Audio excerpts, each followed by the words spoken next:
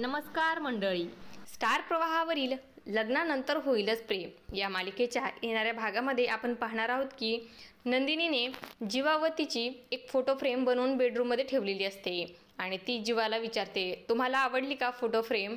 तेव्हा जीवाला अतिशय राग येतो आणि तो तिला काहीच उत्तर देत नाही आणि तो तिच्या हातातली उशी घेऊन सरळ झोपण्यासाठी निघून जातो आणि तेव्हा नंदिनीला मात्र अतिशय वाईट वाटू लागते.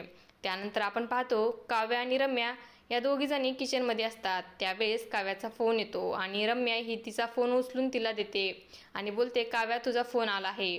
तेव्हा काव्याला अतिशय राग येतो आणि ती बोलते, रम्या मी तुला किती वेळा सांगितलं आहे माझ्या फोनला हात नको लावत जाऊस म्हणून.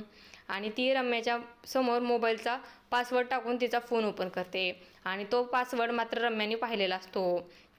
त्यानंतर रम्या वसूला आनंदात जाऊन सांगते की मला काव्याच्या मोबाईलचा पासवर्ड समजलेला आहे.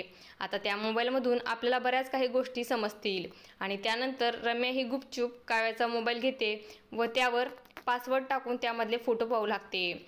त्याच वेळेस नंदिनीची नजर ही रम्यावर पडते आणि तिला अतिशय राग येतो व ती रम्याच्या हातातला मोबाईल हिसकावून घेते. आणि त्याच वेळेस आपण पाहतो जीवा आणि काव्याचा फोटो हा उघड झालेला असतो, परंतु त्या फोटोवर रम्या व नंदिनी दोघींचंही लक्ष जात नाही. आता पुढे येणाऱ्या भागामध्ये काव्याच्या मोबाईलमधले जीवा व काव्याचे फोटो नंदिनी पाहणार का हे पाहणे अतिशय रंजक ठरणार आहे.